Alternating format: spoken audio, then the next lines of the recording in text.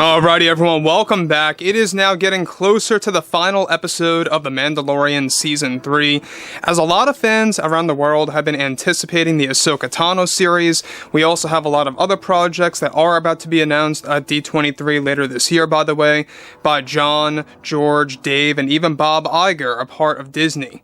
This is Mike Zero. Subscribe if you're new and like this video to see future Star Wars updates. I'm also on Twitter at Mike01. I thank you also very much for the great and kind support.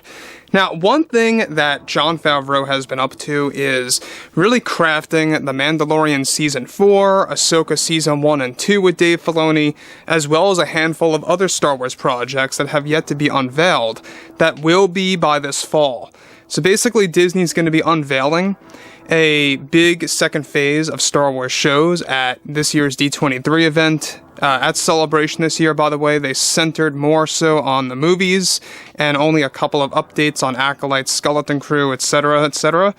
But what's really interesting about all of this is exactly what's been going on behind closed doors between Kathleen Kennedy, Jon Favreau, and the Disney executives in part. Now, we know that the Disney shakeup continues to this day between the Bob Iger situation and the board, and how some executives over at Disney are getting fired progressively and replaced with others. It's been a constant battle between themselves, and it's not a good situation, and it could very well spell a big change, either for better or worse, for Marvel, Star Wars, and the Disney parks in the years to come. But I digress. The thing about all of this that I think a lot of fans need to be very well aware of is that, to this day, Kathleen Kennedy still has a very deep grudge with George Lucas and Jon Favreau for multiple reasons. Now, of course, since many new Star Wars TV shows are in the works by Disney and Lucasfilm, creators Jon Favreau and Dave Filoni have been busy with multiple upcoming Star Wars shows and projects in the works. Now, it's noted that currently Kathleen Kennedy has been in the middle of multiple meetings with Disney executives by making a proposal to fire Jon Favreau and to exclude him from all further shows and or projects that Lucasfilm is working on. This proposal that Kathleen Kennedy recently gave out to Disney executives was in response to Kennedy realizing that Jon is making far too many cameos, as she believes that this is tarnishing the Star Wars brand and is devaluing the brand. Kennedy is calling for Favreau to be let go from all future Star Wars shows, also in response to claiming that he does not understand the Star Wars franchise and is too connected to George's philosophy. Though this is just a proposal by Kennedy as she was trying to convince the Disney higher-ups to get rid of him, the Disney executives are loyal to Kathleen Kennedy, agreed with her proposal. However, those that are loyal to Favreau, which thankfully are the majority, instantly refused Kennedy's request, as well as Bob Iger, the CEO. Let me stop right here for 1 second. Now, the fact that she wants to fire Favreau, she wants to get rid of him because she believes that he's too connected or close to George Lucas's philosophy and George himself, and she believes that that is tarnishing the brand by inserting all these different cameos, these live-action adaptation characters from Star Wars Rebels. She feels that all of those decisions are bad decisions on their end.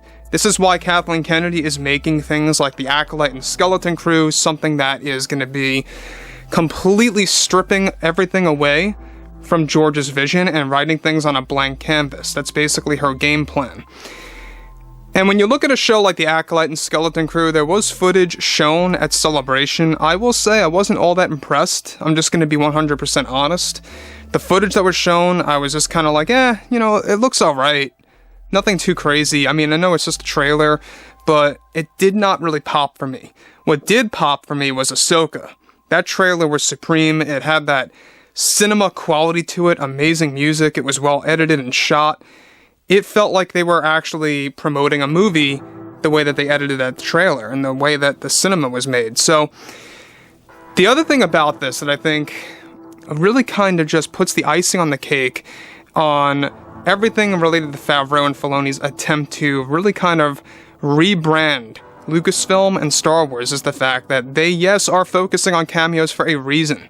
They're not just doing this to do this. They are doing this to expand, to create endless stories of the Star Wars franchise, to kind of ignite potential spin-offs in the future. We already know that Ezra and Thrawn are getting their own spin-off show, and that's something that's also in the works. It's got, its own code name for the series, and that's exactly how it's going to be considered a spin-off of the Ahsoka series itself. Kind of like how Ahsoka is a spin-off of The Mandalorian, if you think about it. So, on top of this, alright, let's go into this further, is that Kennedy has been trying to get Favreau off of many future shows for a while now, for multiple reasons, and is part of the divide over at Lucasfilm.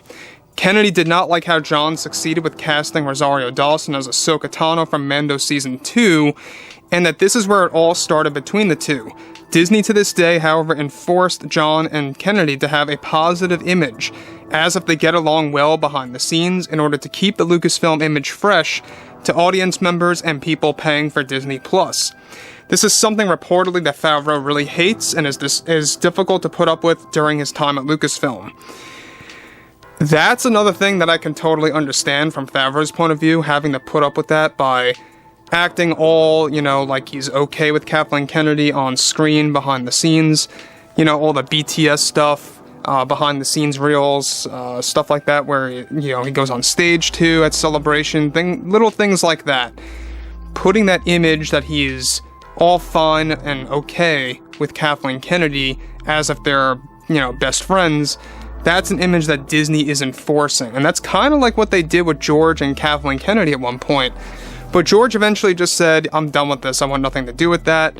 And that's why he's never appeared at, a world premiere for Episode 9. That's why he just said, nope, I'm not going, I don't want anything to do with Kathleen. That's that. Now, the thing about Jon Favreau is these reasons as to why Kathleen Kennedy wants him fired are just childish, in my opinion.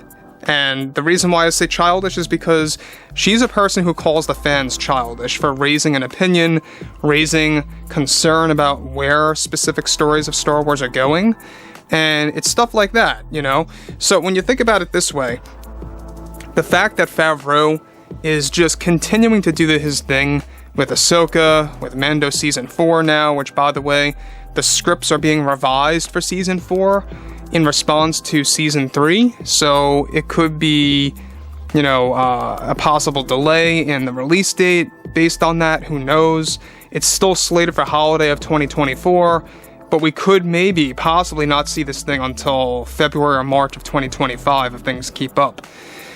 But yeah, like I say, this is a really interesting development that Kathleen Kennedy is endlessly trying to convince Disney executives to get rid of Favreau, to fire him, and to exclude him from everything Star Wars that's currently greenlit and in the roadmap of the franchise.